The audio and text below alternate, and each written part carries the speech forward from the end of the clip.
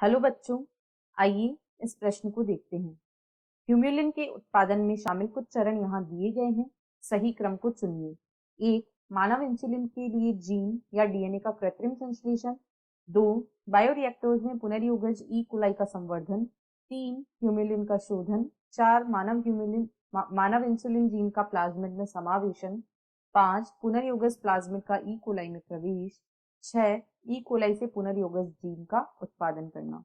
विकल्प ए 2, 1, 4, 3, 5, 6। विकल्प बी 1, 3, 5, 6, 2, 4। विकल्प सी 1, 4, 5, 2, 6, 3। या विकल्प डी 3, 5, 2, 1, 6, 4।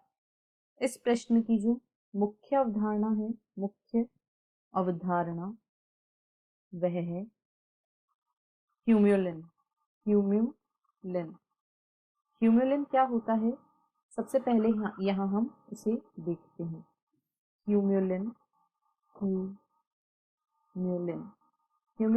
को किस प्रकार संश्लेषित किया जाता है, उसको देखने से पहले हम देखते हैं ह्यूम्युलिन क्या है।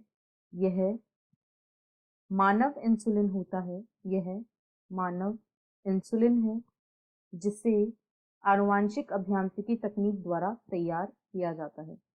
यह आनुवांशिक अभियांत्रिकी तकनीक द्वारा निर्मित ह्यूमन या मानव इंसुलिन होता है, इसलिए इसे ह्यूम्युलिन कहा जाता है। अब इसके संश्लेषण में कुछ चरण शामिल होते हैं जो इस प्रकार से हैं। सबसे पहले मानव इंसुलिन जो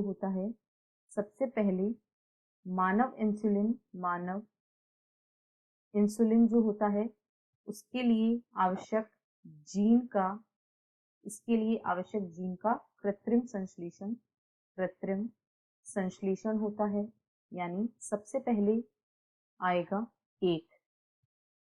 उसके बाद में जो मानव इंसुलिन जीन होता है उसका प्लाज्मिड में समावेशन होता है। यानी यह जो जीन है उसे प्लाज्मिड में डाला जाता है, यानी इसको प्लाज्मिड में समावेशित किया जाता है। यानी ऐसा 4 में दिया गया है, इसलिए 1 के बाद आएगा 4। उसके बाद में जो पुनर्योगज प्लाज्मिड बना है उसे ई कोलाई में प्रविष्ट करवाया जाता है। यानी इसके बाद जो चरण होगा वह 5वां चरण होगा।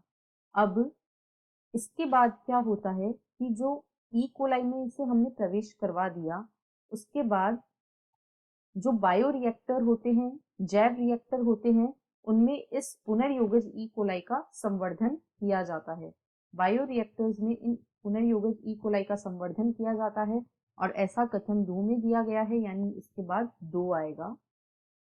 उसके बाद जो ई कोलाई हमने संवर्धन किया है उसको पुनर्योगज जीन उत्पाद का निष्कर्षण किया जाता है। इससे उत्पाद का निष्कर्षण किया जाता है। जो पुनर्योगज उत्पाद है हमने तैयार किया है उसका निष्कर्षण किया जाता है, ऐसा 6 में दिया गया है। और जो सबसे अंतिम चरण होता है वह होता है ह्यूम्युलिन का शोधन करना, यानी 3। तो सबसे पहला चरण 1, उसके बाद 4, फिर 5, 2, 6 और 3, इस क्रम में ह्यूम्युलिन का उत्पादन होता है। ऐसा विकल्प सी में दिया गया है, इसलिए विकल्प सी इस प्रश्न का सही उत्तर है। शेष अन्य सभी विकल्पों में दिए गए क्रम गलत हैं। आशा है आपको प्रश्न समझ आया होगा। धन्यवाद।